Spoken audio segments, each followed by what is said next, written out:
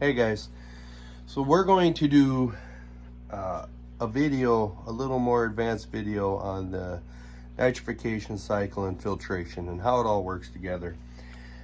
And what I want to show you is something that I believe can happen. I've seen a few different videos, read a lot on the internet about being able to complete a full cycle with your filtration setup. Now what I mean by a full cycle is 0 ammonia, 0 nitrite, and dang near 0 nitrate, without plants, without excessive water changes. You still have to do your regular maintenance. Don't get me wrong, regular maintenance on aquariums and ponds is very important. So I'm not saying this is getting you out of doing any of your maintenance. This is just to help keep it consistent.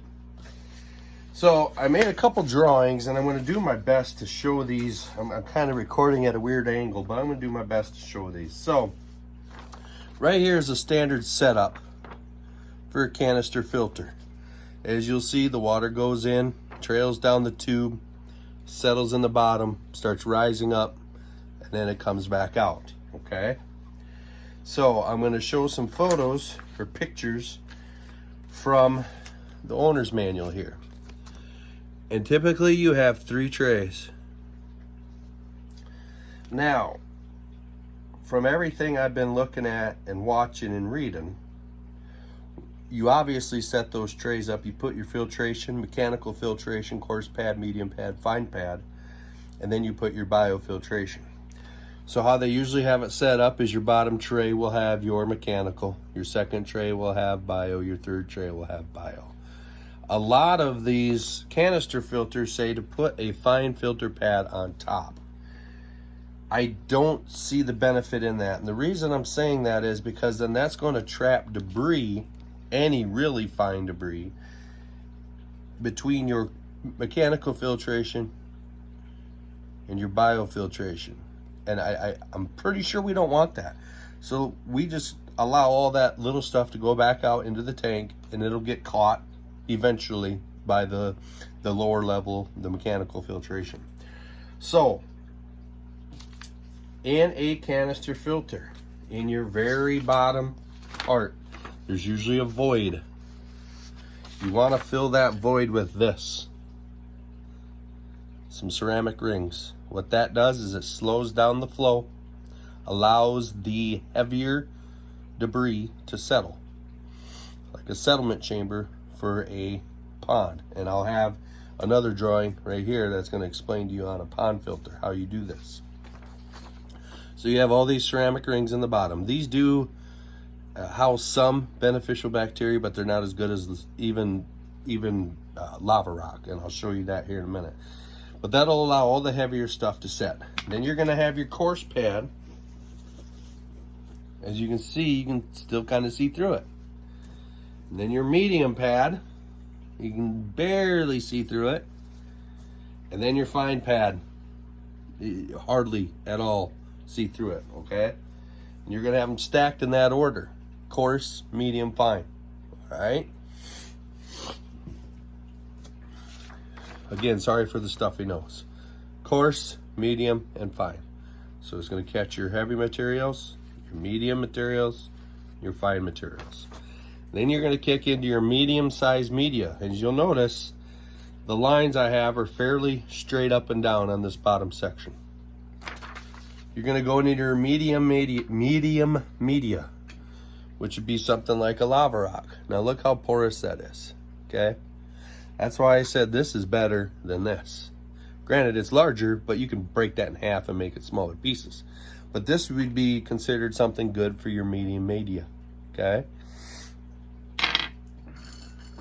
This could work for your medium media.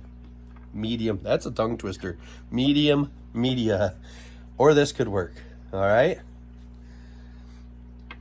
So, with your medium media, you are going to be deviating the flow of your water a little more. So it's going to be changing direction. It's not going to be going straight, which is also going to restrict the flow of the water, bringing the speed down a little bit.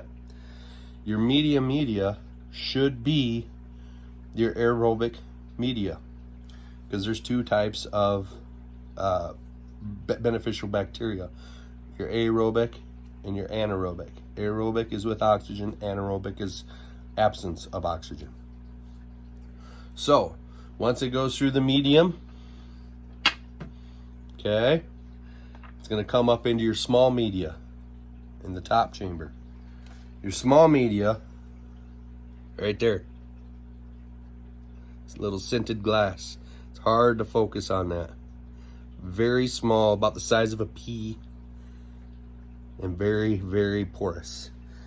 Compare it to this ball. All right, look at the difference. Compare it to the lava rock. It's about as porous as the lava rock, but a lot smaller. So that's in the top chamber. And as you'll see, it's deviating the flow of water even more, slowing it down even more. That is where the nitrification cycle will start to take care of the nitrate. You want a very slow flow rate to allow your beneficial bacteria to process nitrate. The beneficial bacteria that's going to process your nitrate is anaerobic bacteria, not the aerobic. So again, with aerobic, we're okay with it moving fairly fast, keeping it oxygenated. And that will take care of your ammonia and your nitrate, or nitrite. You want your nitrate level to be slow, and your anaerobic bacteria is going to take care of it. So let's say we're coming in at 300 gallons per hour. Comes down. Once it comes through everything, it'll probably be about at 150 to 100 gallons per hour. That's going to slow it down that much. So how do you increase this? Okay, so as I showed you in the other video, we have a pre-filter, or I have a pre-filter on my large aquarium. And if we open up this little owner's manual, all it is foam. It's a settlement chamber, like we talked about, coarse pad, medium pad, fine pad, and then back out to the aquarium. Okay? So that eliminates us having to have the coarse pad, medium pad, and fine pad in our canister filter. So that means we can eliminate that, move our medium media down here, small media, small media. This can be all made into a biofilter, every bit of it. And we wouldn't have to ever open this up and clean it, because that's what our pre-filter's for. So I hope that makes sense. All right, so again, as long as we have enough aerobic bacteria to take care of the nitrate, it will knock it down. Again, it's not going to eliminate it, but it's going to get it within tolerable ranges. Anything over 40 parts per million is where you really want to start worrying about it. Under 40, it's okay. 60 is on the higher end of okay. Again, I don't want it anything over 20, to be honest with you. So how does this all translate into a pond filter? Again, boom, boom, boom. Well, here's a pond filter. We have 3 55-gallon barrels. Our first one comes in, and you set up your pipe work where it actually creates a vortex in the bottom. Then you have your grid work right here, which as it's swirling, it'll hit that grid work and it'll stop that motion, allowing some more of the heavy stuff to settle to the bottom. Comes through our coarse and medium pad. Comes up, rises up to the outlet, flows down into the next barrel.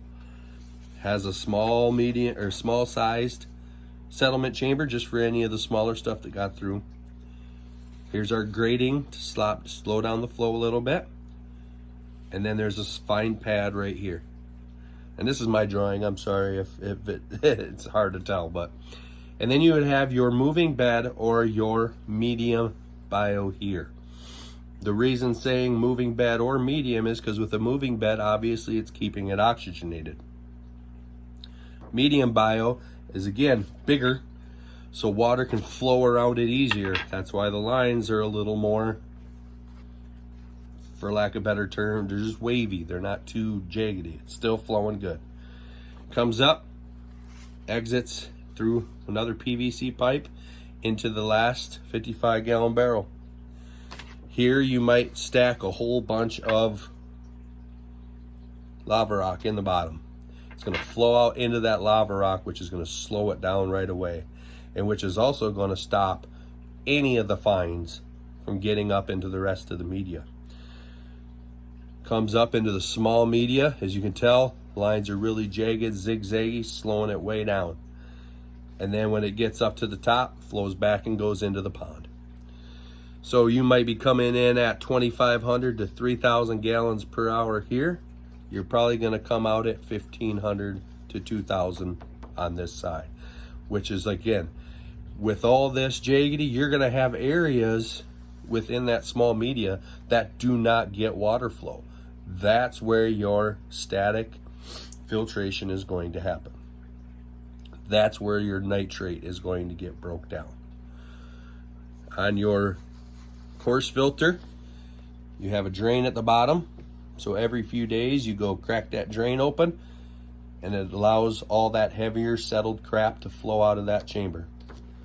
On your second one, you would have a clearing valve as well in the bottom. So any of the medium-sized debris that got through, crack the valve, opens it out, flushes it out. You know, it takes 10 seconds. Get it good flushed out, seal it back up, you're done. And then this one does not have a drain valve in it. The reason being is because we want as much of this stuff to get filled up down here, to get filled up with any of the fines, because that's going to break down more, and that's going to create more ammonia nitrate, which is going to help feed this, which is going to break down the nitrate. So again, that's my take. My next pond is going to have a 3-chamber filter that's going to be designed pretty much that way. So I hope this video was informational. If you guys have any questions on any of this stuff at all, please feel free to ask. I will do my best to address it and answer any questions that you have. So as always, guys, keep on improving, keep on investing, and we'll catch you guys on the next video. Thanks for watching.